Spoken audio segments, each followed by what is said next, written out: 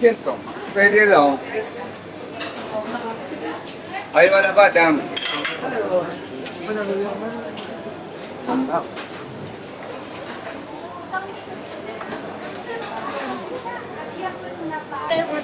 Una cebolla.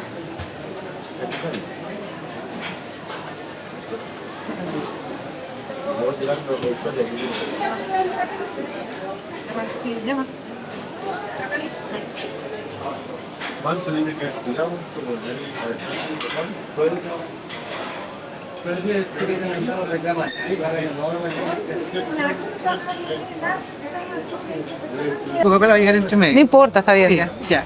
ya. Bueno, partamos un poco de este tema, el tema de los orígenes, hablemos un poco, partamos como del principio, los orígenes de la cocina chilena.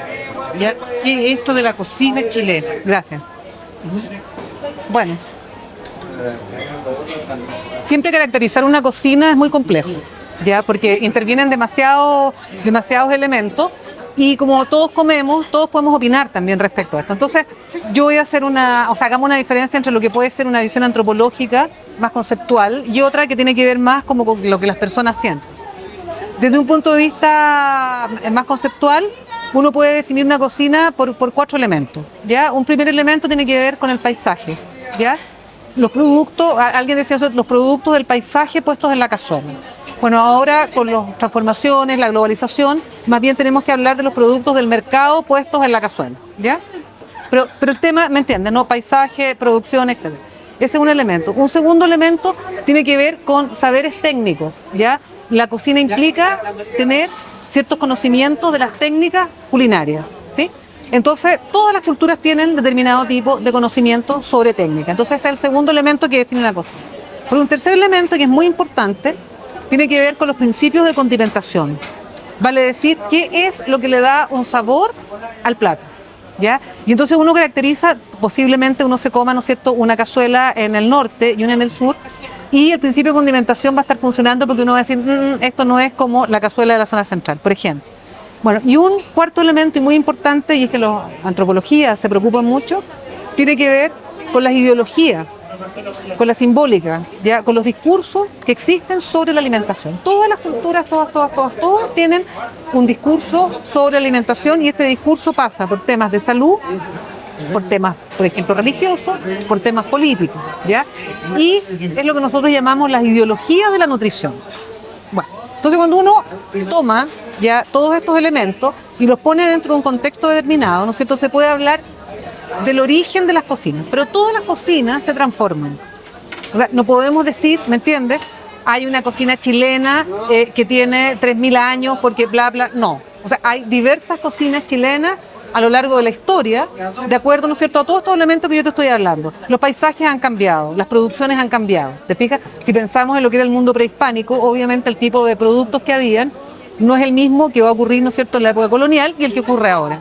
Por lo tanto, hay una cuestión muy importante que hay que, bueno, nosotros, una palabra un poco compleja, pero que es desencializar, ¿ya? O sea, hay que desencializar un poco este tema porque todos dicen, justamente la pregunta por el origen te lleva a un tema de la esencia, y eso es complicado, ¿no es cierto? Porque las esencias siempre implica como que las cosas no han cambiado y han sido siempre iguales, ¿ya? Entonces, por eso caracterizar las cocinas chilenas, más bien tendríamos que caracterizar una cocina chilena o cocinas chilenas, que es lo que yo hablo, actuales, de las cuales lo que tú puedes hacer es un procedimiento de deconstrucción, ya, de qué es lo que hay adentro de esos platos, de dónde vienen, y ahí sí podemos hablar, pero más que de orígenes, podemos hablar de un procedimiento que tiene que ver con el mestizaje, ya. Estamos constantemente haciendo mestizaje, o sea, parte de nuestra cocina chilena es un mestizaje entre lo español y lo mapuche, por ejemplo, pero luego también vienen miles de otras mezclas, ya. Entonces, sobre ese mestizaje es el cual uno puede hablar. Y al hablar de eso, uno está hablando de historia cultural,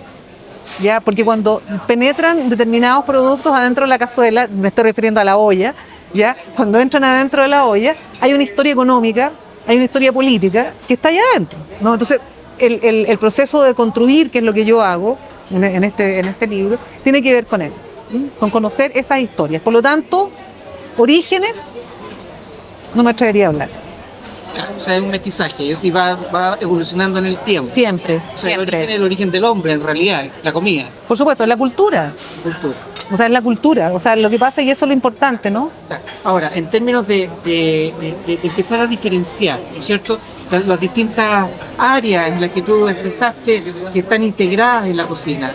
Está lo social. Si me Sí. explicas un poco, ¿no es cierto?, cómo en la cocina se expresan las diferencias sociales Sí. y cómo se han ido expresando un poco dentro de esta historia, de este acontecer de la cocina chilena a lo largo del tiempo y dentro de los distintos territorios, ¿no es cierto?, de norte a Sí. sur y de este a oeste. Sí.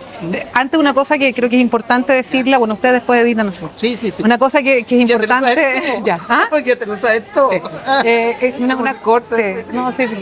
Ya. Una cosa que sí es importante decir, que cuando uno quiere decir una cocina chilena o una cocina de un país o la identidad, uno recién, mira qué maravilla, uno recién puede percatarse de lo propio cuando sale afuera. ¿Qué es lo que uno echa de menos cuando sale afuera? Yo diría que esa es la clave, ¿ya? ¿Qué es lo que uno echa? Y eso que uno echa de menos es la cocina chilena, ¿me entiendes? Sí. Y por lo tanto también va a ser distinta, lo más probable es para ti, o a una gente de una generación o de una clase social, ¿me entiendes? O sea, a lo mejor tú vas a añorar el ají verde, por decirte, en Europa, ¿ya? Y otros a lo mejor van a añorar el pastel de choclo, ¿te fijas? ¿Ya? Entonces eso es cocina chilena. Eso, o sea, se define, digamos, en el fondo, cuando tú careces de ella puedes definirla. ¿Ya? Ahora, y los orígenes en lo social, igual hay ciertas características. Tú hablas en el libro de que el ají, por ejemplo, lo picante, tiene una asociación con lo popular. Exacto, ¿No es cierto? exacto. Si te refieres un poco a eso, ¿cuáles son las vertientes? ¿Cuáles son Correcto. las vertientes? O sea, Sí. ¿de dónde, Sí. cuándo se incorpora el ají? Ya, espera. Otro tema importante, todos los alimentos poseen una carga simbólica. Y una carga asociada a género, o sea, digamos a hombres y mujeres, a generación, edades, ¿ya? Y a clases sociales y a etnias, por supuesto, ¿ya? Entonces, ¿qué ocurre? Hay cosas, por ejemplo, pongámosle el tema del ají, que es un tema interesante. El ají, normalmente los niños chicos no comen ají, ¿ya? Cuando tú empiezas a comer ají hay como una suerte de rito de pasaje hacia la adultez, por ejemplo. Piénsalo en cada una de las historias de nosotros, es así. Bueno, tenemos un tema de generación. Género. Los hombres comen más ají que las mujeres, ¿ya? Digo, culturalmente está pautado, no es que estadísticamente ocurra, a lo mejor estadísticamente comemos más. Lo que quiero decir en términos ya de la simbólica que hay detrás de él. Luego, el mundo popular come, ¿no es cierto?, o adereza mucho más, ¿no es cierto?, sus platos con picante o con ají que el mundo de las clases altas. Por eso yo trabajo mucho con esa metáfora del picante. El tema del picante. ¿Quiénes son los que comen picante y por qué llamamos picante al mundo popular? ¿Ya? Esa asociación tiene que ver con una manera de consumir el ají, ¿ya? Y no solo el ají, porque está el ajo también, el ají y la cebolla, que esa tríada va a caracterizar la cocina de una... Y ahí volvemos a lo que te decía al comienzo de los principios de condimentación. ¿Por qué los principios de condimentación son tan importantes para definir una cocina y para definir los gustos? Y los gustos se heredan. Y por lo tanto, entonces, heredamos por nuestra pertenencia social o por nuestra pertenencia, digamos, étnica o de género, etcétera, heredamos entonces unos ciertos gustos. Por ejemplo, las mujeres están en casi todas las culturas asociadas a lo dulce. Las mujeres comen más dulce que los hombres. Los hombres están asociados a lo salado. Entonces, uno puede trabajar haciendo una clasificatoria de oposiciones, por ejemplo, y uno puede darse cuenta cómo los alimentos están distribuidos ya por estas diferencias. Otro tema que tú me tocas y que creo que es clave es el concepto de distinción, ¿ya? El gusto genera distinción, ¿sí? O sea, el gusto, por ejemplo, se habla del gusto refinado. ¿Qué es el gusto refinado? ¿No es cierto? El gusto refinado corresponde a determinados usos, a determinado consumo, ¿no es cierto?, de determinadas clases sociales. Si yo quiero arribar, ¿no es cierto?, y pertenecer, por ejemplo, a determinadas clases sociales, bueno, una de las partes es comiendo determinadas cosas. ¿Qué significa el sushi, por ejemplo? ¿Qué es el sushi? Claro. ¿Qué es el sushi? El sushi es lo que te estoy diciendo. El sushi es distinción, ¿ya? Es cosmopolitismo, ¿me entiendes? Lo que estamos consumiendo con el sushi no es tanto que es la preparación japonesa, no. Lo que estamos consumiendo detrás de eso es somos cosmopolitas. ¿Me entiendes? Ya estoy consumiendo distinción, porque aquí no hay sushi. Aquí no hay sushi. ¿Ya? O sea, aquí lo que podemos Y a lo mejor encontrar... me gusta tampoco. Ahora, yo tengo otra teoría respecto a eso, digamos. O sea, yo creo que lo que tiene el sushi es que conjunta de manera masiútica ya determinado tipo de gustemas. Ahora, voy a definir los gustemas, son las unidades mínimas del gusto, ¿ya? Que son unidades que uno hereda también, ¿ya? O sea, se hereda, digamos, por familia, por clase social, historia, etc. Entonces, ¿qué pasa? Si tú analizas, descompones el sushi es alga, que puede ser perfectamente luche, o sea, el gusto del luche seco, ¿sí? Es, te lo digo, absolutamente igual al nori, ¿ya? El pescado, que es pescado crudo, el ceviche. Nosotros tenemos dentro del gustema el ceviche. Bueno, el arroz obvio, bueno, y acá que se le pone palta y le va poniendo todos los mestizajes a vivo y por haber, que tienen que ver entonces también con estos gustemas, ¿ya? Pero esto ocurre, entonces, este conjunto, porque uno se pregunta por qué unas cosas y no otras, ¿ya? Quisiera decirte la estructura del inconsciente nuestro, hay determinadas cosas que pueden entrar y otras cosas que simplemente no pueden entrar porque no entran en la estructura histórica de nuestro gusto, ¿ya? Y esas estructuras son de clase, entonces a lo mejor uno se dice, bueno, a lo mejor, ¿me entiende? El sushi, con todo lo que implica simbólicamente de arribismo, por ejemplo, no entra acá porque no hay para qué ser arribista. Pero sí, digamos, en las clases medias, que siempre estamos buscando, ojo, yo pertenezco a las clases medias y por eso uno lo sabe, como antropóloga, digamos, también me estudio a mí misma, ¿ya? Siempre estamos buscando generar, te fijáis tú, esta distinción justamente con el mundo popular. ¿De qué queremos alejarnos? Nos queremos alejar del mundo popular y nos queremos alejar del mundo indígena, por ejemplo. Bueno, ¿y eso significa que lo picante vendría del mundo indígena? Absolutamente. O sea, el ají, el ají es un producto prehispánico a lo largo de toda América, digamos, está presente el ají. Bueno, y acá en Chile también, pues, y acá, bueno, los mapuches llaman trapi, digamos, llaman trapi al ají, y el famoso merquén, que ahora, y ese es un gran tema que me gustaría que lo tocáramos, porque el tema del merquén, por ejemplo, ya que si uno lo piensa es, digamos, es una preparación muy antigua, que no es solo un producto, o sea, no es solo el ají seco, ¿te fijas? Sino es que hay un procedimiento y por lo tanto hay un saber. ¿Por qué? Porque este procedimiento implica secar, pero ahumar, que ya es todo un conocimiento técnico, pero a la vez mezclar, ¿no es cierto?, con sal. Luego cuando vienen otras semillas, digamos, ellos van a mezclar con orégano, bueno, en fin. Lo que me interesa a mí es que este merquén, te fijas que es un producto, más que un producto, una preparación, digamos una preparación, que se consume prehispánicamente, que pertenece a los mapuches, se chileniza, ¿ya? Pero se chileniza al interior de un contexto de mercado que exige que los productos chilenos salgan al exterior para competir, ¿sí? Y para tener una distinción. O sea, la globalización nos implica, te fijas, ser universales, pero a la vez ser particulares, porque ¿qué ofrezco?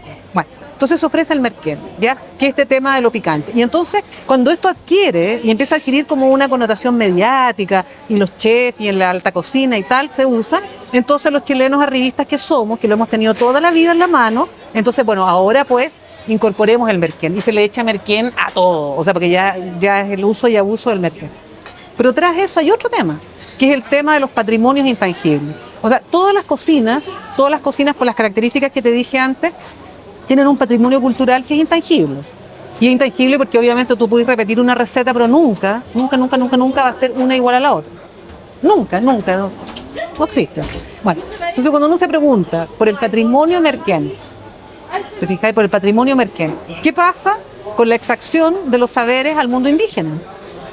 En este caso al mundo mapuche, porque ese es un saber propiamente mapuche. Y el problema no es, te fijas tú, no es que el merquén no sea producido y tal. El punto es los beneficios de ese saber, ¿a quién van? Bueno, entonces vienen las empresas, te fijas, las transnacionales y se apropian. Bueno, y luego un movimiento también cultural y político de hablar de una nueva cocina chilena, te fijas, donde se incorpora el merquén y entonces como no hay el proceso de construcción, entonces está en disputa qué es lo chileno, ¿me entiendes? Y esa es una disputa de interpretación y de poder. ¿Quién dice que es la cocina chilena, la nueva cocina chilena? Yo no me siento interpretada, a lo mejor tú sí y otros, ¿te fijas? Pero es ideológico. Por eso la comida es ideología también. No, y tremendamente la mantención del colonizaje, digamos, porque cuando tú hablas, ¿no es cierto?, y estás tratando de expresar de cómo se va, de cuál es el gusto refinado, te fijas de cuando se considera que el merquén entra a ya formar parte de este gusto refinado, porque Sí. finalmente, te fijas, sigue siendo Europa el que marca. Obvio. O sea, sigue Obvio. lo refinado, Exacto. tú no tienes propiamente lo refinado. Es el blanqueo. Yo digo, mira, hoy día justamente estaba en el seminario, te estaba exponiendo, se llama entre el merquén y el mousse, no la mousse, el mousse, entre el merquén y el mousse. ¿Qué es lo que ocurre? Para que se blanquee nuestra comida al exterior, pero a la vez para que tenga una cierta distinción, entonces, ¿qué es lo que tienes que hacer? Tienes que hacer una mousse de quinoa. Porque claro, la quinoa la comen en el mundo aymara, con una determinada forma de preparación, en unas sopas exquisitas. Bueno, muchas preparaciones buenísimas. Entonces la pregunta que nos hace, bueno, pero ¿y por qué? ¿Por qué no se rescata esa preparación? ¿Me entiendes? Y no, pero es que entonces ahí viene el tema del blanqueo. ¿Ya? O sea, tengo que transformarlo en una mousse, tengo que transformarlo en una, no sé qué, siempre en algo que, como tú muy bien dices, tiene que ver con una, en el fondo, internacional, o sea, recetas internacionales para productos nativos, ¿ya? O productos propios. Entonces, esa mezcla, para mí, yo la leo desde el punto de vista antropológico, me interesa mucho por eso, la veo muy chilena. Te fijas que nos encanta esto de andar recubriendo, ¿ya? O sea, sí, claro, no, tenemos ciertas cosas que nos distinguen, pero tengo que hacerlas pasar primero por el proceso de una receta europea, ¿me entiendes? Para que se blanquee. Es un tic cultural. El otro tema, para seguir retomando el tema de lo picante, tú también hablas y haces mención de que también ahí hay una relación como con lo brujeril, Sí. ¿ya? Y también con el tema de esto que pueden matar brujos, no Sí, sé, sí. el mismo ajo, no sé, Sí. no te cuelga no sé qué, Sí. ya, y te salvas del mal de ojo, qué historia. Si me hablas un poquito de eso, que también Sí. está en relación con este tema de la cocina. Sí, tiene que ver Y con el justamente... tema de la mujer como hechicera, también Sí. cuando está cocinando, Sí, de toda sí. esta historia de la marmita, Sí. que Sí, la olla deleitosa y todo. sí, ya. sí.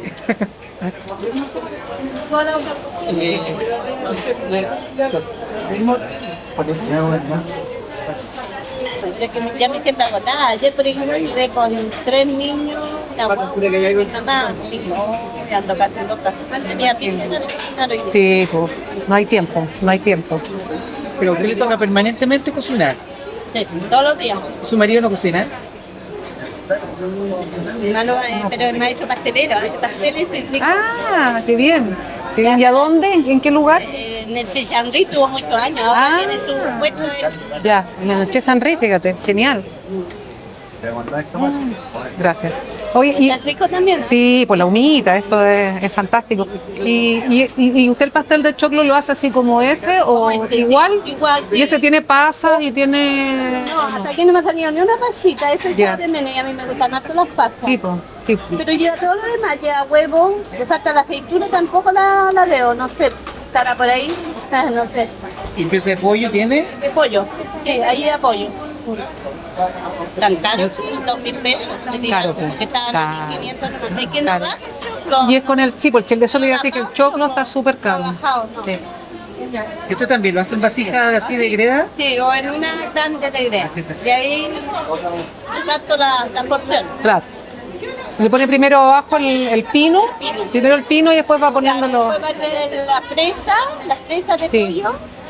Y si quiere ponerle carnecita molida o se hace con pollo. Claro.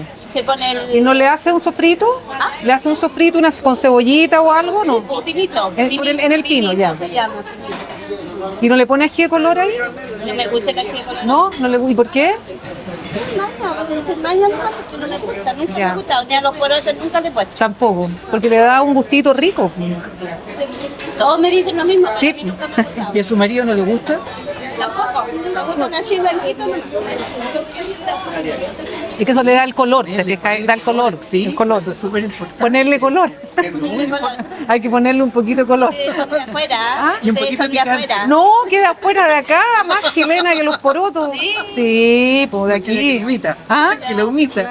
Pero Más usted chileta que... bueno. Yo creo que van por ahí. Yo creo que van por ahí. Yo creo que van por ahí. De afuera. No, de afuera no. Si nos va hablando de la humita, tiro. Mira, yo quisiera hablarte de algo que está también ahí en el libro que tiene que ver con el gusto nuestro por las cosas envueltas. Porque la humita O sea, yo no sé lo que hay hasta que no la abro. Ya, no sé qué es lo que va a pasar con ella. Lo mismo que ella tiene que escarbar en el pastel de choclo para saber lo que hay. Entonces yo hago hago como una comparación entre la humita, la empanada, ¿ya? Y el pastel de choclo, que alguien podría decir, pero ¿cómo se conectan? Bueno, se conectan justamente por este envuelto, porque la empanada tiene el mismo procedimiento. En el fondo, el pino de la empanada es como eso, salvo que por supuesto no tiene pollo, pero el pino y el concepto con la aceituna, con el huevo duro, etcétera, la pasa es eso, ¿ya? Pero lo que me interesa es lo tapado. Entonces ahí yo hago nuevamente la analogía antropológica, digamos, entre estos platos que nos gustan y que de alguna manera nosotros sentimos que son como nuestros, ¿sí? Los sentimos nuestros. Y el gusto por lo oculto, ¿ya? Entonces uno no sabe si una empanada es un pequeño hasta que no se lo come. ¿Ah? El misterio igual. El misterio. Esa cosa Hay que esconder un poquito, ¿no? ¿Me presta un poquito de sal? Gracias. La humita es una de las cosas así antiguas que se Sí, ha mantenido como más o menos intacta del mundo indígena. O sea, yo diría que tengo la impresión de que es como lo más, podríamos decir lo más antiguo, ya que queda de nuestro pasado prehispánico. ¿Ya? O sea, porque efectivamente, bueno, se comían a lo largo de toda América, digamos, ¿no es cierto? Bueno, le llaman tamales, en fin. Pero la humita, para nosotros, yo diría que sí, es uno de los que permanece como más, menos mestizado, a pesar de que igual tiene albahaca, igual tiene cebolla, pero es lo más antiguo, podríamos decir. Y este es el mestizaje, maravilloso, el pastel. ¿Cuáles son los elementos del mestizaje en el pastel? Bueno, el choclo, primero. El pollo. Claro. Come y calla, o cae. Las pasas. Tú te ves cómo sales de ahí. Las pasas, ¿ya?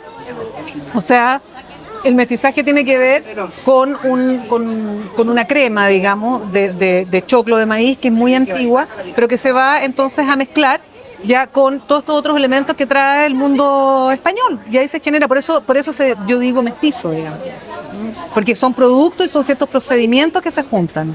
¿Cómo sucedió este mestizaje en estas cosas? Tú hablas de las mujeres que iban y venían y que además todo esto que estamos conversando, además está centrado en la mujer. Y una cosa que me llama la atención, y me gustaría que hicieras referencia pero cuando te extiendas respecto a este tema, es el tema de la relación de la cocina con la mujer. Es un tema en Chile, es un tema con el mundo hispánico latinoamericano, es un tema de este mestizaje, o es un tema antropológico así completa de la historia de la humanidad. Sí, es un tema completo de la historia de la humanidad y un tema espectacular. Sí, y un tema así de complejo y de importante por dos razones. Bueno, siempre han habido como... Perdón, si me repites que el tema de la mujer Ah, está involucrado, sí. como yo no aparezco, Ya, vale. ¿cómo te Sí, entiendo ya está claro. la idea? Ya está claro. Bueno, las mujeres han tenido un papel crucial en la construcción de la cultura humana. Y ese papel crucial tiene que ver con la cocina. Porque justamente si algo define el paso de la naturaleza a la cultura, es precisamente la elaboración de los alimentos. ¿Ya? No solo la producción de alimentos, sino que la elaboración, transformación de los alimentos. Bueno, quienes hacen esa alquimia, ya, de saber que de pronto, porque es alquímico y es químico, ya hay saberes, por eso vuelvo nuevamente a saberes, son las mujeres que por un tema de socialización, de división sexual del trabajo, se dedicaron, ya, y eso, bueno, esa otra discusión que la vamos a poner después, pero se dedicaron en general en casi todas las culturas a el alimento, ya, a hacer alimento. Y esto no es menor, porque hay alguna gente que dice que incluso van a ser las mujeres las que van a tener todo el peso en la creación de las vasijas para poder hacer cocciones. Bueno, habían muchas formas antiguas y mucho más arcaicas, digamos, de cocción, pero la cocción en olla, por ejemplo, y las vasijas, coincide muchas veces que la cerámica estuvo en manos de las mujeres, ¿te fijas? La construcción de la cerámica y a la vez la culinaria. Entonces nosotros pensamos en eso, nosotros podríamos decir que la cultura humana en general, ¿ya? Las mujeres han tenido un peso fundamental, ¿ya? Siempre se ha dicho, en digamos, los clichés o estereotipos antropológicos, que es la casa, ¿no es cierto? La casa vinculada a, como actividad masculina, la que crea la cultura, porque crea asociatividad, etcétera, etcétera. Sin embargo, hay algunas antropólogas que dicen que en realidad no es la casa, sino es la cocina, ¿ya? La que crea la cultura porque justamente los que comemos juntos somos hermanos. En este caso somos hermanas, estamos comiendo acá y podemos hablar y podemos preguntarnos por nuestras vidas, si no, ¿me entienden? No lo haríamos. Entonces, las mujeres en ese punto tienen un rol crucial generalizado. Pero cuando pensamos en nuestro mundo y pensamos en Chile, bueno, hay un peso muy fuerte, sobre todo en el tema de lo mestizo, porque acuérdate que los españoles que llegan acá a Chile, ¿no es cierto?, llegan solos. Ya al comienzo llegan solos. Entonces, ellos se cocinan, obviamente, y los cronistas cuentan y tal, pero entonces muy tempranamente comienzan, ¿no es cierto?, a tener vínculos con las mujeres mapuche, bueno, para varios afanes, ¿ya? Pero entre ellos también ellas van a ser las cocineras, ¿ya? Y luego ahí después va a haber todo un tema con la esclavitud de las mujeres mapuche y digamos el peso que ellas van a tener, ¿no es cierto?, trabajando muchas veces como esclavas, digamos, en las casas de los españoles. Entonces, ¿qué es lo que ocurre ahí? Ahí es donde se provoca, y eso es muy interesante, porque es en ese espacio, en ese microespacio de la cocina, donde se van a provocar estas junturas. Ahora, no sabemos si fue la mapuche no sé qué que hizo tal y cual cosa, pero sin embargo, ¿te fijas? ¿Qué pasa? Las mapuches adquieren los conocimientos del mundo español, los culinarios, pero a la vez traen los de su propia tradición. ¿Te fijas? Y ahí se va a producir ese cruce. Entonces, es clave. Ahora, en el mundo mapuche, las mujeres tienen un papel ambiguo respecto a la cocina, porque se cree que a través de la ingesta de alimentos ya se hacen mal. O sea, hay un tema de brujería, digamos, de por medio. Entonces, por eso las mujeres siempre son sospechosas de que ellas pueden, ¿no es cierto?, generar, envenenar, no sé qué, porque son ellas las que preparan los alimentos, ¿no? Entonces, ahí hay un tema de poder, diría yo también, ¿ya? Un poder especial, pero es un tema de poder. Acá tengo una. No es nada especial, es un tremendo poder. Sí, claro. O sea, si además, ya. Si me cuentas lo que me estabas contando recién. Sí. Bueno, mira. Sí, mira, lo que pasa, bueno, yo, aquí hay una cosa muy especial. Yo creo que, yo siempre escucho decir, la mejor humita era la que hacían en mi casa, ¿ya? Y entonces uno va a los lugares, ¿no es cierto?, a los restaurantes y come humitas y siempre va a tener un parámetro. Y ese parámetro tiene que ver también con lo que hablábamos, ¿no es cierto?, de las distinciones, con lo que hablábamos de los gustos y de las fórmulas asociadas a las clases sociales. Entonces, por ejemplo, para mí la cebolla tiene que estar picada muy fina, ¿ya? Y aquí la cebolla está picada grande, gruesa. Y eso tiene que ver con un uso cultural popular también. Entonces, aquí estamos frente a un procedimiento que tiene que ver con las técnicas, ¿no es cierto?, de preparación, pero a la vez con un tema de gustos. O sea, a mí me gusta menos cebolla que la cebolla que hay acá. Y eso me distingue en términos de mi propia memoria, aprendizaje y procedencia social. Y en tu pertenencia. Exacto. Y ahí empiezan a aparecer con claridad las identidades. Absolutamente. Absolutamente. Y la gente, por eso hay mucho desprecio también de ir a comer a las cocinerías o ir a comer a los mundos populares, porque ahí se chocan, pues ahí se producen los choques de clase, digamos, muy fuertes. O sea, yo no como esto así. ¿Te fijas? Yo no como. ¿Por qué? Porque esto obedece, digamos, insisto, el tema de la distinción. ¿Ya?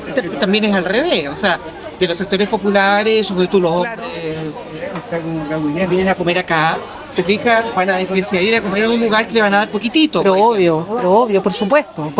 O sea, todo lo que o menos condimentado es insípido, va a ser encontrado insípido. Exactamente se provoca, digamos, el mismo fenómeno. Ahora, claro, para el mundo popular también es más difícil acceder a esas otras cocinas porque también son bastante más caras. Entonces, ir a comer a un super restaurante implica tener dinero, ¿ya? Entonces, no sabemos qué ocurriría, pero nosotros sabemos que puede ocurrir lo que tú dices, porque hay la idea, por ejemplo, de esta humita guatona, gorda, ¿no es cierto? Tiene que ser bien abundante, ¿ya? Porque claro, si no es abundante, entonces no es alimento y estoy pagando además por esto, ¿no? Así que, pero aquí tenemos presente el tema de las clases sociales completamente.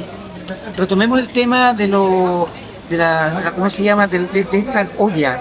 De esta olla, ¿no es cierto? De esta olla mágica, no sé, que además tú haces una asociación en relación como con el Congo, ahí haces un cuento y que además es una olla que tú la tomas desde los orígenes, o sea, de la olla que se encontró en el Maipo. Sí, exacto. Te fijas y haces todo un juego de ahí. Hablemos un poquito sobre eso. Mira, hay otro tema que está vinculado al tema femenino, al tema de las mujeres, tiene que ver con la olla, ¿no? y el peso de la olla, independiente de lo que estamos hablando, ¿no es cierto?, la creación de la olla. Pero ¿qué significa la olla? La olla donde es posible cocer, ¿ya? Y esto es una cosa importante porque la cocción ha estado siempre asociada a lo femenino y el asado a lo masculino, ¿ya? Entonces eso es interesante. La cocción además siempre está vinculada a lo que dura, ¿ya? El asado a lo que desaparece. O sea, tú te comes, o sea, se te achica además la carne, ¿ya? Y desaparece instantáneamente. En cambio, tú con el cocido, tú puedes mantener, ¿no es cierto?, las cosas cocidas mucho más tiempo, ¿ya?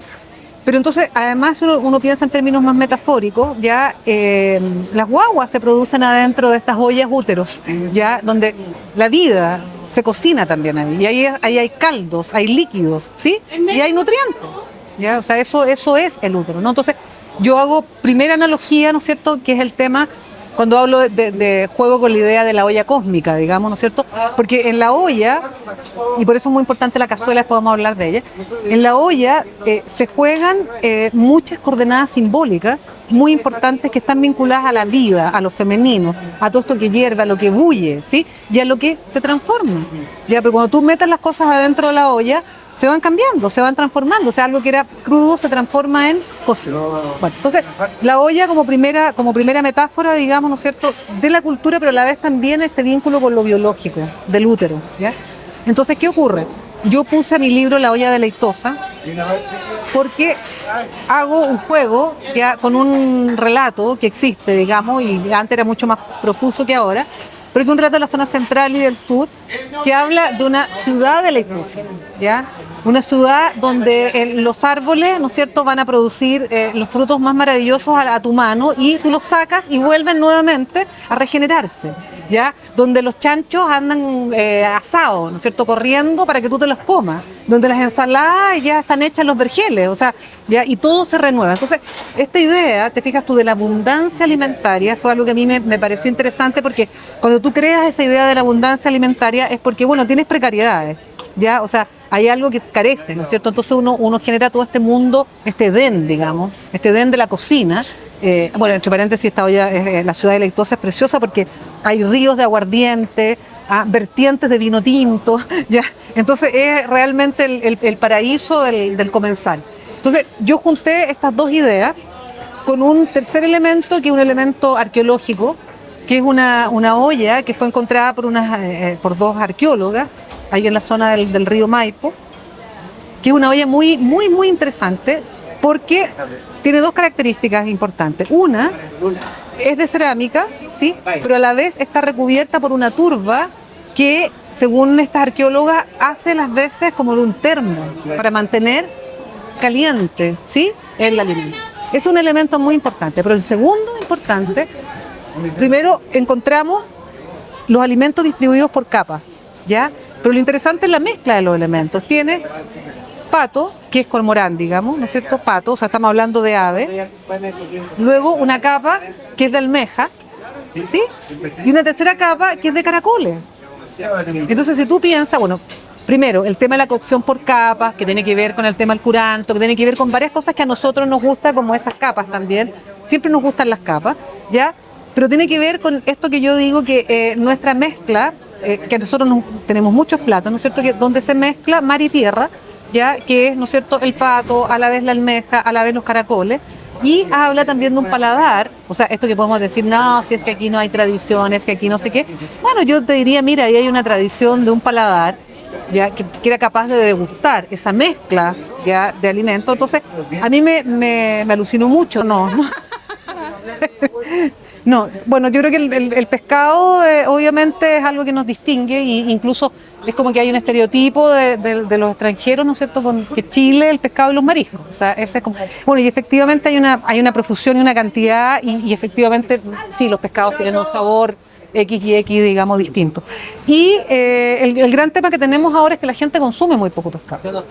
Y este poco consumo de pescado, bueno, yo creo que tiene que ver, por un lado, con el tema, obviamente, del precio, ya, porque claro, de repente se compra una carne, ¿no es cierto?, y la carne, entre comillas, ya satisface más, ya, que comerte un trocito pequeño de pescado, ¿no es cierto? Y el pescado también de pronto comienza a ser un producto que se consume en las clases medias y altas, ¿no? Ese también es otra cosa que ¿Qué ocurre? Pero antiguamente eso era, digamos, yo diría que había mucho más consumo, ¿no? De pescado que ahora.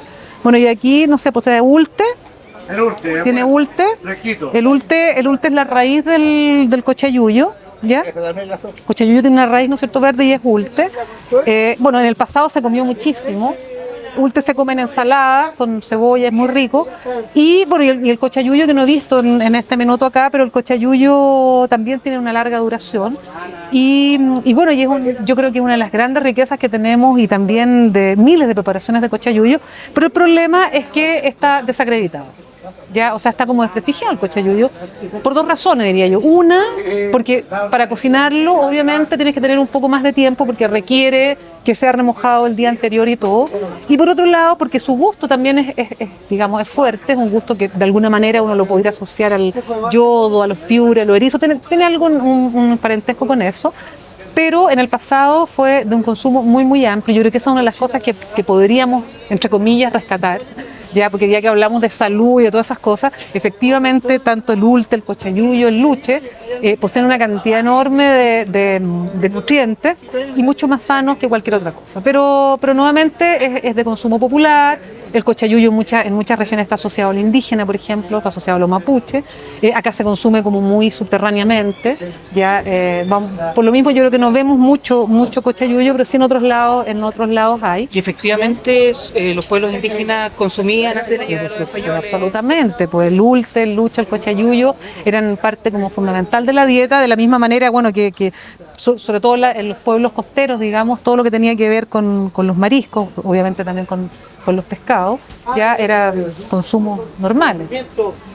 No, porque yo puedo poner una clase. Porque son las cosas que yo les enseño a mis alumnos, ¿cachai? Yo se lo estoy haciendo como una clase de mira la cantidad. Se comieron la laucha, yo cacho, ¿no? Tiene una cosita así. O a lo mejor está y a lo mejor está, ¿cómo se está aquí? Está muy... Yo fui a mirar de la mesa. No, nunca tanto. Son grandes. No, y están ahí moviéndose. Me tocan esas mujeres, no sé por qué. Tú las buscarás. Yo creo algo.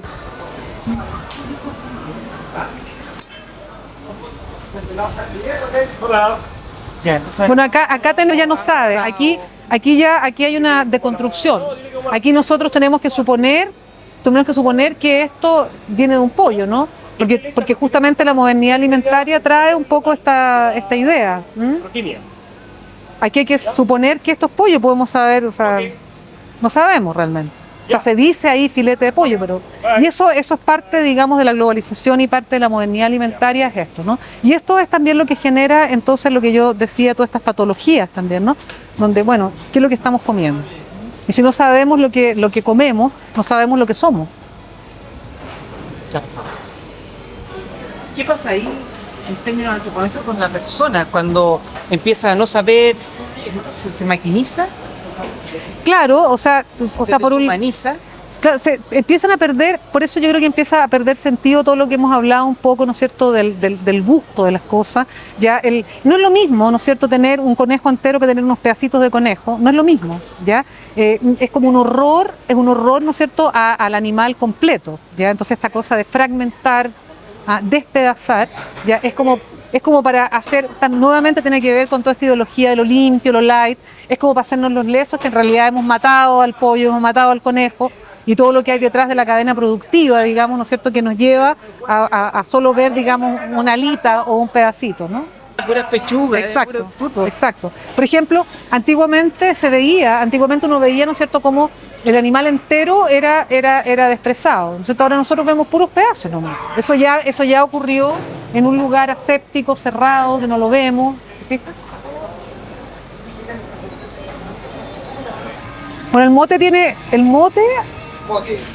mote es una preparación súper antigua, pero antiguamente era el mote de maíz. ¿Ya? Y entonces, bueno, cuando vienen los españoles, el mismo procedimiento ya se hace con el mote y es trigo, ¿ya? Pero lo interesante es que esto también, si estábamos hablando delante de cuáles eran las cosas que perduraban, bueno, el mote como preparación, ya es una cosa prehispánica, ¿no? Y entonces acá se hizo también este mestizaje con el huesillo, el mote con huesillo. ¿ya? Entonces nuevamente hay los huesillos que vienen, ¿no es cierto?, de los duraznos, y todo esto lo trae el mundo español, y entonces acá se hace esta combinación, ya que es una combinación dulce, pero el mote también es una comida, o sea, se puede comer, se come de hecho, digamos, ¿no es cierto?, en sopa o como guiso, ¿ya? Y es muy rico. Dime, y esto que tenemos por acá, que también hay en Por acá, claro, aquí tiene la lenteja, precioso, claro. No, pero esto yo creo que esto es ají. Esto es ají. Ese es el color entonces. Es merquén, claro. Bueno, este es el famoso tema del merquén. Claro, ese es el ají de color. Ya, ese es el ají de color. Claro, bueno, aquí esto es muy... Aquí está el famoso merquén, que hablábamos, ¿no es cierto? El merquén, esto de este patrimonio, digamos, mapuche, ya, que está conviviendo acá con, bueno, el ají de colores es el pimiento seco, ¿no es cierto?, que antiguamente se preparaba la color con eso, que la color era manteca, ¿no es cierto?, a la cual se le echaba esto. Bueno, y se sigue consumiendo también, lo que pasa es que como con el colesterol y tal, entonces en algunos sectores la manteca ya no, ya y se fríe, digamos, con el ají de color. Pero eso tiene una cuestión interesante, porque en Chile esto tiene bien emblemático, ¿no?, porque, bueno, es ponerle color a las cosas, o sea, que ponle color, pero también es la color, ya, que tiene un sentido de género, podríamos decir, ya, picaresco, ya. ¿Cómo se dice? Le comió la color. ¿Ah? ¿Ya? Bueno, y ahí hay ají cacho cabra, que eso también es como bien de acá también, ¿no? Y bueno, los porotos negros, eso por ejemplo es algo que yo también creo que el poroto negro comienza a convivir también con esta multiculinaridad, porque el poroto negro, bueno, tiene su Brasil, no sé, también el mundo asiático, y se ha incorporado ahora en algunas partes se ha incorporado a la dieta, ¿no? Sí, pues porotos son prehispánicos completamente, claro. Mucha gente cree que, claro, que los porotos son traídos, digamos, por los españoles, pero no. Lo que pasa es que, claro, hay variedades después de porotos en el mundo europeo, pero son de acá. Por eso va a ser más chileno que los porotos. Está bien dicho. Tema, digamos, con las cocinas también, ¿no? Bueno, ahí nos han hecho muchas investigaciones acá en Chile sobre eso, pero más o menos algo se puede decir. Bueno, de hecho, ¿no es cierto?, en el mundo mapuche, la cocina es la casa, digamos, ¿no es cierto? El fogón es como el centro. Por lo tanto, también la importancia, ¿no?, podríamos hablar de este acto cultural que es cocinar. Bueno, luego después, cuando viene, digamos, la conquista y todo, empiezan a haber otras formas arquitectónicas y la cocina siempre está separada, incluso estaba muy lejos, ¿ya? Estaba muy lejos. Pero eso tiene que ver tiene un correlato, yo diría, de género y de clase y étnico, ¿no? En el sentido de que quienes eran las cocineras, como habíamos dicho, eran las mujeres mapuches, era la servidumbre, y por lo tanto la servidumbre estaba lejos, ya no se vinculaba, no se topaba, ¿no es cierto?, con los patrones. Entonces la cocina siempre fue quedando ya como afuera, como en otro lugar, era el lugar, digamos, este lugar oscuro, entre comillas, ¿no es cierto?, donde estaban estas mujeres que cocinaban. Pero bueno, después, con la modernidad, la cocina vuelve a entrar a la casa, ¿no? Vuelve a entrar y bueno, y entra de diversas maneras, pero siempre hay una cierta separación. Ahora que ya el tema, digamos, del empleo doméstico, puertas adentro, a pesar de que es bastante masificado, no lo es tanto como en el pasado, empiezan a haber algunas, digamos, singularidades respecto al tema de la cocina, que se vuelve a integrar en muchos casos, ¿no? Hay gente que cocina integrada, por ejemplo, ya, pero en general se mantiene esta separación, y que yo creo que tiene que ver, bueno, si lo pensamos también, son haceres, ¿no? Son trabajos domésticos que requieren ya de espacios distintos por los olores, por un montón de cosas, pero también porque es un trabajo ya que está como encasillado también al interior de la casa. No es lo mismo que hacer el aseo que cocinar, ¿no? Entonces, bueno, ahí ese es un tema, digamos, habría que trabajarlo mucho más, pero hay una evolución que uno puede ver en él. ¿Y qué podrías decir tú en relación con que, si decíamos de que este tema de que la mujer con su sabiduría está manejando también el tema de la comida, los sabores, y que eso también provoca la posibilidad de brujería y los temores que eso puede asociarse, etcétera, ya esto que se separe la cocina de la casa, de que las mujeres queden encerradas, y además aquí hay una clase encerrada de alguna manera cocinando. Exacto, ¿Qué pasa con hay una confianza como primigenia que se establece entre las distintas clases, como más, ¿qué ocurre? Hay una confianza, pero hay un hecho, si uno lo mira desde otro punto de vista.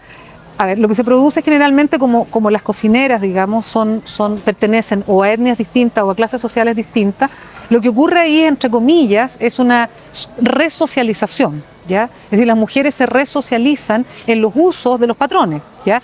Y de hecho, una de las cosas que ocurre, ¿no es cierto?, es la transmisión de los saberes, ¿no es cierto?, que tienen culinarios los patrones a las empleadas domésticas, ¿no es cierto? A mí me gusta que se cocine de esta manera. Usted le tiene que echar estos condimentos, estos alimentos son los que me gustan, esto comen los niños, esto...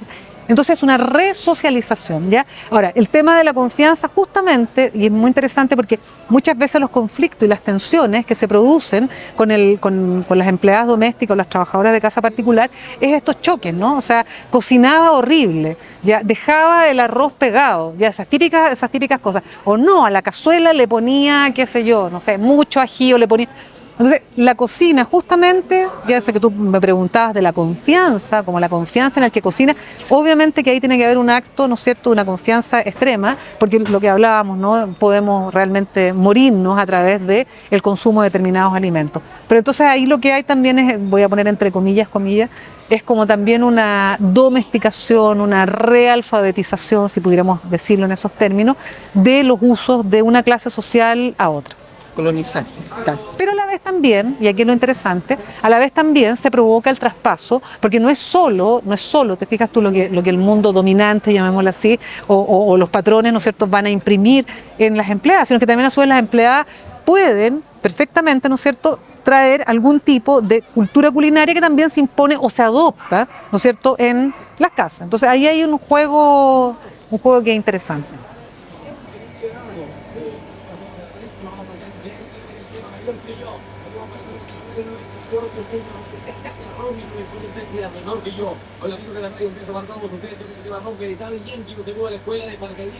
A lo mejor aquí al otro lado. Que viva la palmera, un saludo para Cristian y Antonella. Ese arroz tengo que comprar yo, el rojo y el negro. Mira qué linda, aquí están los chitakis. ¿Cómo se llaman? Ah, pero mira, aquí puede ser con las flores. Ya, aquí ya tengo, Gregorio, ya tengo claro. Trabajémoslo con las flores. Ya. Ahí lo vamos a trabajar. Todos lo comen, claro. Esto, por ejemplo, lo miran como más extraño. Mira, esto dice que los chilenos no. ¿Y qué es lo que es? Pescado. Son pescaditos, son como sardinitas secas. Claro, de acuario. también puede ser como tofu picante y cosas así, porque tofu fresco lo comen. Claro. Mucho. Pero cuando es picante, no. Cuando es picante, Es una no. mezcla que no se permite. Claro, cuando es con otras salsas, por ejemplo, ahí tenemos picante, así cosas con taro también. Tampoco nos lo comen mucho.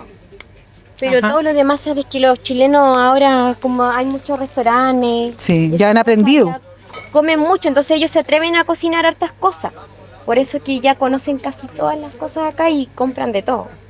Puede ser más estas cosas que se mira como un poco más raro. Ajá, Y la flor de lili, claro. cosas. Claro, lo que pasa es que lo que pasa aquí es que bien toda la sociedad y todas las culturas, digamos, reputan qué es lo que se puede comer y lo que no se puede comer. O sea, hay muchas sociedades, por ejemplo, donde las flores son un alimento muy importante dentro de su dieta y para nosotros puede ser impensable, ¿no? El caso mexicano, ¿no? El caso mexicano, por ejemplo, las flores ocupan un lugar sumamente importante, se comen muchas comidas con flores y bueno, aquí en este caso, por ejemplo, está esta flor de lili, que dentro, por ejemplo, de las categorías de lo que nosotros consideramos comestible no entraría, ¿no? O sea, bueno, ¿qué haríamos con esto, no? A pesar de que no tiene mucha apariencia de flor, pero saben. Pero luego hay otro tipo de cosas, que no es este el caso, digamos, pero sí hay, ¿no es cierto?, donde hay culturas donde, por ejemplo, se comen los gusanos, bueno, los mexicanos mismos que los famosos chapulines, ¿no es cierto?, que son una suerte de langostas o grillitos, digamos, que se comen fritos, ¿ya? Entonces, cada cultura dice esto es comestible y esto no es comestible. Entonces, eso es muy importante también para definir una cocina, cuáles son sus tabúes, qué es lo que no se come, ¿ya?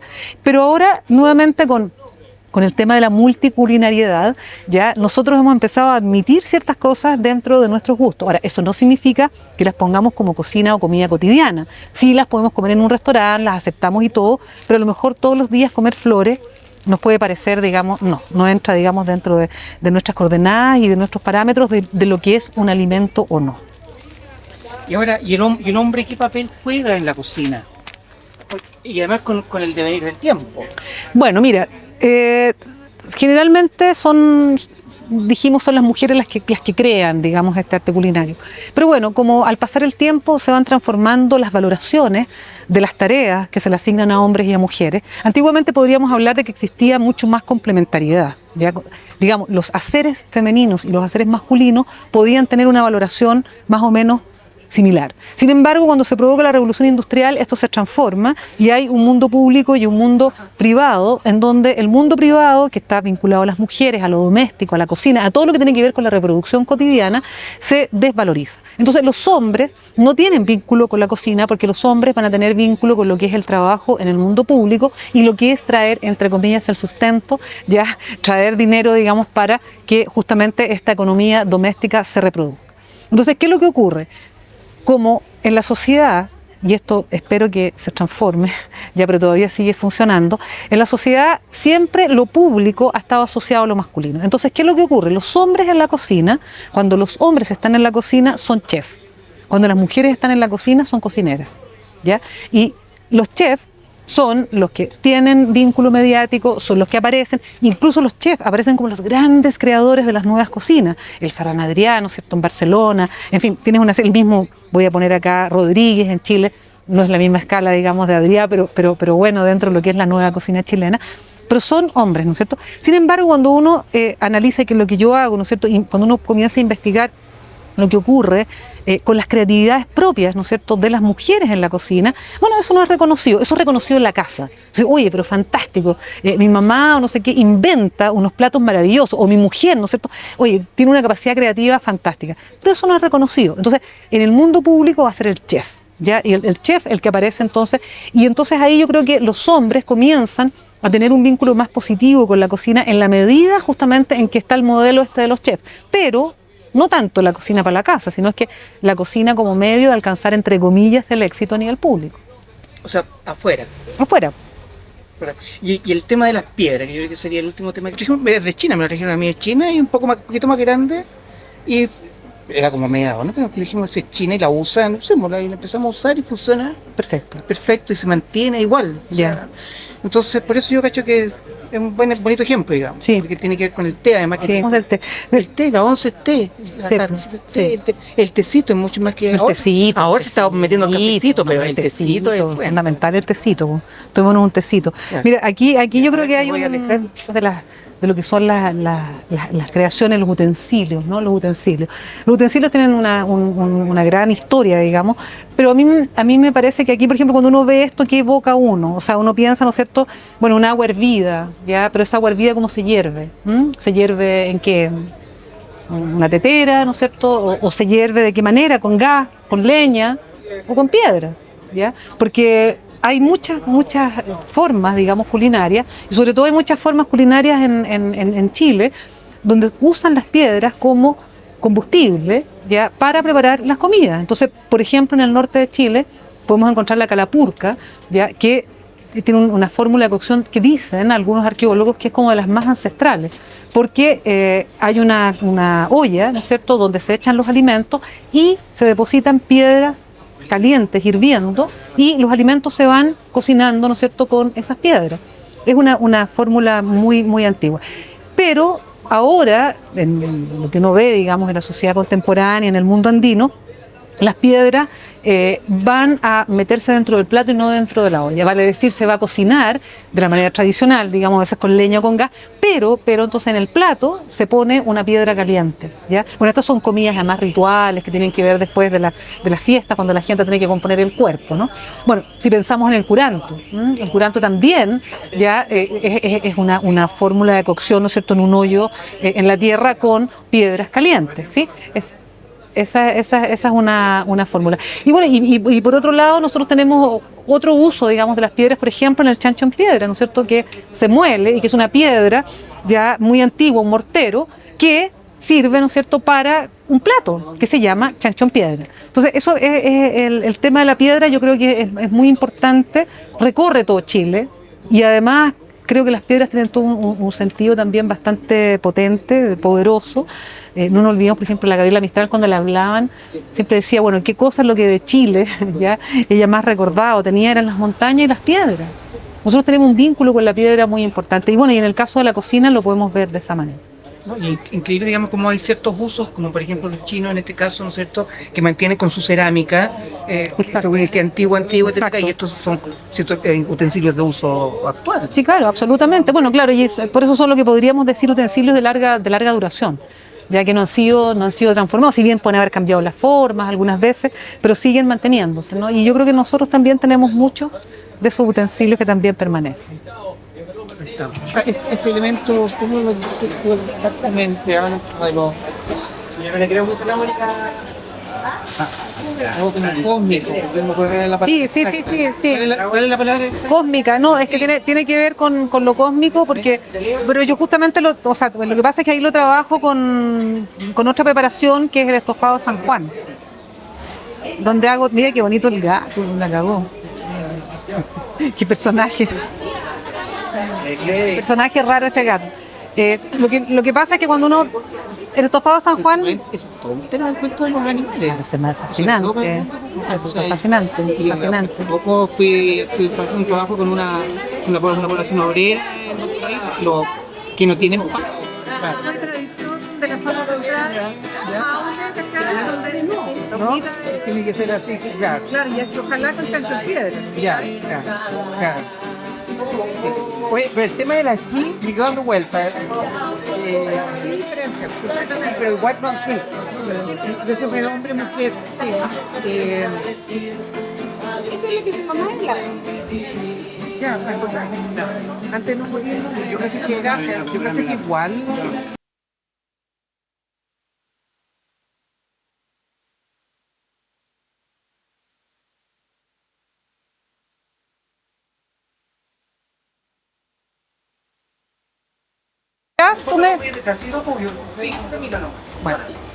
Bueno, hasta luego. Hasta luego, que nos vaya Chao. lindo, ¿ah? Gracias.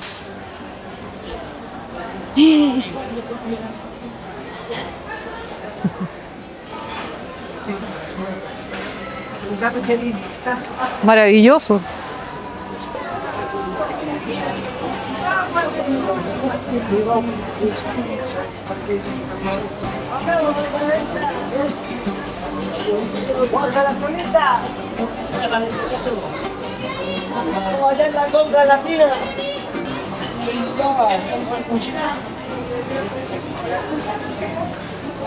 ¿Cachaste? Hola, diputada. Ah, no, escuchaste. ¿No? Hola, diputada. Ah, sí. Ahí hay unas joyas deleitosas. No, yo voy como adelante y paneando para el lado. Para el lado, ya. Se pueden andar fijando termino, ¿no? Ya, perfecto. Dale un poco. Es que podemos detenernos de repente. Sí, nos detenemos. Veamos la olla que tú dices, ¿cuál está allá? La Sí, ahí, mira, en los fondos, ¿no? Perfecto, ideal. Y además ya estaban en acción.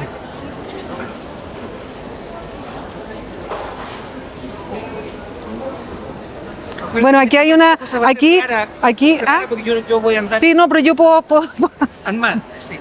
no, aquí, bueno, aquí tenemos, yo leo esto y lo veo como las ollas deleitosas, ¿no? Aquí las mujeres pueden comprar sus maravillosas vajillas, ¿no es cierto?, de cocina.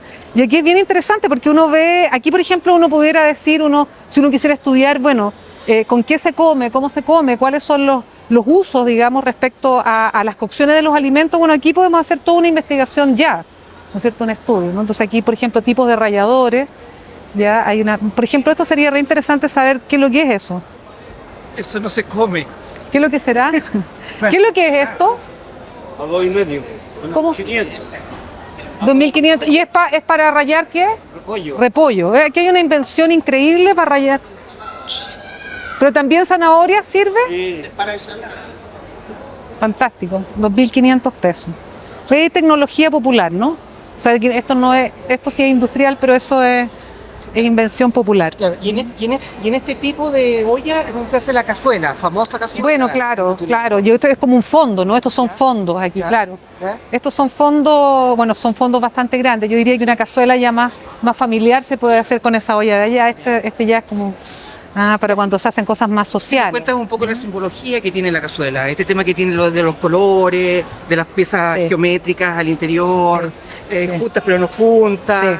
Sí. Yo creo que la cazuela La cazuela es uno de los platos emblemáticos, yo digo emblemático en el sentido que nosotros consideramos que es un plato nuestro, independiente que la gente pueda decir la cazuela está en España, la cazuela está en todas partes. El tema es nuestra cazuela, cómo la entendemos. Y entonces aquí uno se encuentra con algo muy interesante en Chile, porque en todo Chile se come cazuela, pero norte, centro y sur tienen diversas formas de cazuela. Vamos a hablar de las cazuelas más típicas, digamos, de la zona central. Y ahí entonces yo encuentro varios temas que tienen que ver primero con lo estético, los colores de la cazuela.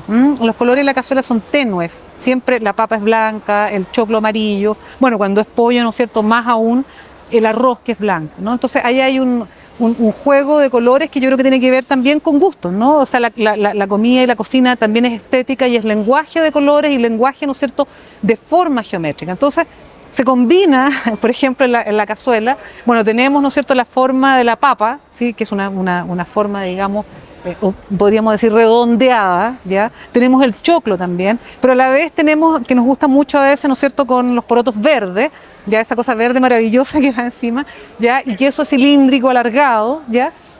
Bueno, y las presas, ¿no? Que las presas tienen todo un sentido, la gran presa, la pequeña presa, etcétera. Pero entonces aquí hablábamos de lo cósmico, ¿no? Entonces, yo también hacía acá una especie como de metáfora donde como que todo el cosmos culinario se encuentra en la cazuela, porque tú tienes todos los elementos, o sea, tienes los cereales, tienes los vegetales, tienes lo animal, está todo puesto ahí. Entonces, con eso, digamos, yo hacía esta analogía ya con el cosmos, digamos, donde está todo, ¿no es cierto? Están todos los elementos puestos ahí. Y creo que es bonito, por lo menos a mí me parece, hablando poéticamente, que me parece maravilloso que la cazuela tenga todo esto y que a veces no lo podamos leer. Y no lo podemos leer por una cosa también muy clara, porque la cocina es igual que el lenguaje, tiene una gramática que es inconsciente. Es decir, nosotros no tenemos conciencia de esa gramática, salvo ahora yo que estoy diciendo esto, estoy deconstruyendo y estoy mostrando, ¿no? Entonces, creo que hay unas gramáticas que hablan de nosotros también y de nuestros gustos en la cazuela. Ahora, ese tema de echarle perejil o ponerle sí, como alguna sí. cosita. Sí, una lluvia verde, porque además se juega con el contraste entre lo blanco y lo verde. Siempre esto que se pone por encima, ¿no? Ahí, porque no está cocinado con cilantro, sino que el cilantro, ¿no es cierto?, va justamente como marca, yo diría, estética, ¿ya? Lo verde del cilantro es marca estética absolutamente. Más que sabor, dirías tú. Bueno, es también el juego con el sabor, porque a nosotros nos encanta el cilantro, ¿no es cierto? Pero yo diría que también hay un tema de lo estético, el juego entre los amarillos, los blancos y los verdes, que hay en la cazuela, creo que tiene que ver con eso. Y además hay un juego con lo fresco. Nosotros, en la cazuela está lo sólido, está lo líquido, está lo caliente, pero lo que agrega el cilantro es lo fresco también. O sea, hay un juego de oposiciones ahí. Dime, ¿qué es lo que está pasando un poco ahora con el tema de la globalización? Porque igual ahora vemos ollas, ya no son las mismas vasijas que empezaron a hacer las mujeres con cerámica. Sí, no son las de greda, claro. Sí. Dibujadas, y una serie de cosas que las hacían más queribles, ¿no es cierto? Había como más de por medio, más artesanales. Ahora es más en serie, Sí. ¿no es cierto? Y esto más en serie ha ido avanzando, ¿no es cierto? Y ahora tenemos hasta la comida en serie, con los alimentos transgénicos, los huevos, qué sé yo, los pollos, que se están prácticamente fábricas de pollo. Sí. Y eso está también impactando sobre la comida, por lo tanto va impactando sobre las culturas y por lo tanto va impactando sobre este código que tú dices inconsciente, ¿cierto?, que tenemos. Así es. Mira, yo creo que el tema de la globalización es muy interesante, porque por un lado trae todo este fenómeno justamente de la producción en serie, de la comida en serie, pero a la vez trae la necesidad de definirte. ¿Ya? Porque justamente ante toda esta avalancha ya de la cocina, digamos, homogénea y común, viene también la pregunta, la globalización trae siempre la pregunta por el nosotros. Por otro lado, quiero decir algo, nosotros siempre hemos estado globalizados, ¿ya? O sea, cuando estamos conversando de que nuestra cocina es una cocina mestiza, es porque estamos hablando de los españoles que trajeron esto, que se mezcló con los mapuches, etcétera. Entonces, globalización siempre ha habido. El problema es que ahora la globalización la podemos leer y tal vez eso puede hacer drama para algunos, para otros no, ¿ya? Que está aparejada, ¿no es cierto?, con la producción o con las empresas transnacionales, donde ya no es, ¿no es cierto?, que viene este influjo cultural de un lado y de otro y se mezcla, sino es que estamos hablando ahora de algo más complejo porque tiene que ver, ¿no es cierto?, con un poder económico, tiene que ver, ¿no es cierto?, con industrias de la alimentación, ¿no es cierto?, que van a tener determinado tipo de ganancias creando tales y cuales alimentos. Y va aparejado el tema este que hablamos de la globalización con las ideologías nutricionales, donde se nos dice que todo te enferma. Además es increíble, porque hace 2 años atrás había que comer soya porque no sé qué te producía, y resulta que 2 años después se hizo una investigación y resulta que la soya produce cáncer al ojo, por ejemplo. Entonces, las ideologías además nutricionales están también vinculadas con las grandes empresas transnacionales de la farmacia, ¿sí? O sea, farmacia y alimentación. Entonces, ¿qué pasa? Hay una ideología de la salud que se ha impuesto, donde todo tiene que ser light, donde todo genera, ¿no es cierto?, colesterol, donde ya no estamos comiendo, no nos comemos esta cazuela, así como, ¡oh, qué rica la papa, el gusto, el sabor! No, te estás comiendo nutrientes, estás comiendo 5 calorías, estás comiendo... Entonces, claro, eso genera lo que llaman algunos una gastroanomia, ¿ya? Produce enfermedades porque, ¿qué pasa? El alimento, y qué es lo complejo que tiene el alimentarse, a diferencia de otras cosas culturales, es que tú, cuando comes, te estás incorporando cosas a tu interior. Cuando me pongo una ropa, bueno, me roza, pero no me la como, no está dentro mío. Entonces, tenemos mucho miedo, y aquí retomo también el tema del envenenamiento, ya de estas artes mágicas a través de la comida, el envenenamiento. Nosotros tenemos mucho miedo de comer. Se nos genera un miedo porque no sabemos. O sea, yo antes sabía perfectamente, ¿no es cierto?, que yo producía el huevito, ¿sí? Estaba mi gallinita, yo lo alimentaba, etcétera. Resulta que ahora, no sé, vengo para acá y yo no sé realmente de dónde proviene, y más aún no eso, sino que, por ejemplo, los envasados.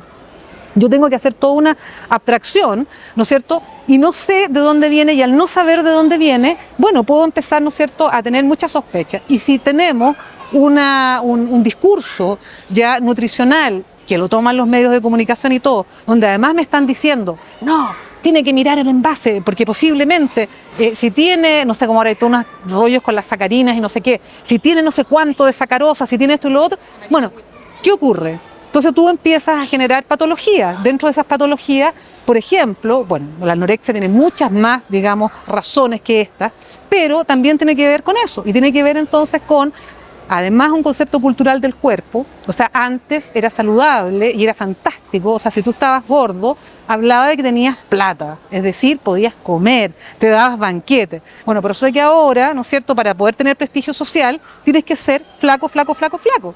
Y eso implica, entonces, para que tu cuerpo esté flaco, flaco, flaco, tienes que someterte, ¿no es cierto?, a lo que yo llamo todo este dominio siniestro y apocalíptico ya de las ideologías de la nutrición que estamos viviendo. Entonces, ese es el aspecto negativo, porque son los intereses de las grandes empresas lo que están jugando. Y digo grandes empresas transnacionales, o sea, no estamos hablando de nuestras pichiruches empresas, estamos hablando, digamos, de una cuestión mucho más amplia. Entonces, en ese sentido es que la globalización, te fijas, yo la veo desde ese punto de vista, la veo bastante perniciosa, y veo que además hay un desconocimiento tremendo, ¿no es cierto?, de la gente, pero también el miedo alimentario. O sea, se genera este miedo y eso también tiene consecuencias, ¿no? Pero a la vez, al mismo tiempo que está eso, a la vez nos está haciendo este programa, está haciendo que hablemos ya de una pregunta que tal vez nos habría hecho hace 20 o 30 años atrás, ¿me entiendes? De decir, bueno, a ver, oye, Sonia, ¿cuál es la cocina chilena? ¿O por qué esta cocina mestiza? ¿Me entiendes? O sea, solo es posible, esta pregunta se hace posible justamente por los efectos de la globalización, que tiene toda esta parte negativa, pero a la vez tiene esto otro, que a mí, desde mi punto de vista, es muy positivo, porque genera reflexión, genera conciencia, ¿no es cierto? Y genera también esto que hablábamos delante, bueno, cómo desentrañamos nuestra propia gramática, la gramática, digamos, de la cultura puesta en nuestra cocina. Como momento, Ya, no se puede romper. sí, pues, hay una serie. Ya, bueno, no tenemos el ejemplo, pero igual si hablamos un poco del tema de esto mismo, ya en relación de las cosas envasadas, las cosas en serie, pero con la identidad. Sí, pero hay otra cosa interesante que yo creo que la globalización no la podemos mirar también como una cosa tan demoníaca. Hay un concepto que, bueno, justamente Jesús Contreras está atraído, digamos, que es el concepto, así como se habla de multiculturalidad, es multiculinariedad, ¿ya? ¿Y esto qué significa? Significa que como nunca estamos conviviendo ya con la posibilidad de tener especies, sabores, ¿sí? Preparaciones que vienen de los más diversos lugares del mundo, ¿ya? Y eso sin duda provoca, o sea, desde mi punto de vista, eso es enriquecedor.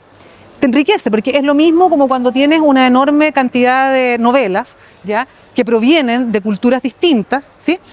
Es fascinante, ¿no? Porque entonces tú puedes entender esos lenguajes de manera también distinta. O sea, a mí lo que me interesa también es el tema de las migraciones, ¿ya? Y cómo las migraciones van generando también usos y van provocando transformaciones. Un ejemplo, en Chile, voy a parar.